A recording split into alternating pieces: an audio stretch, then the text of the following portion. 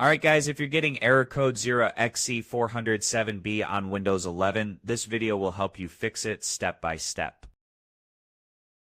This error usually appears when you try to open a game or a program and it just refuses to start.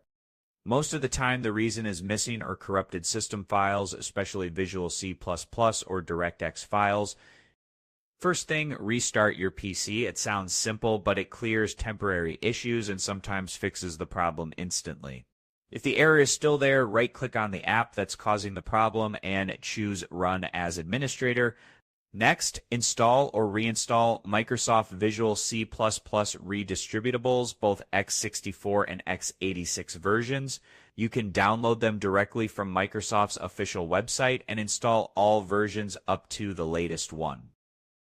After that, update DirectX, press Windows plus R, type dxdig, and check your DirectX version. If it's outdated or corrupted, download the DirectX end-user runtime and install it.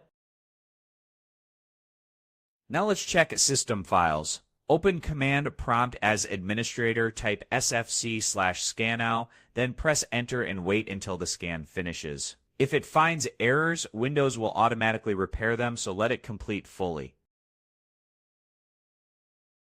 Another important step is to update your graphics driver from the official NVIDIA, AMD, or Intel website. Old or broken GPU drivers are a very common cause of this error.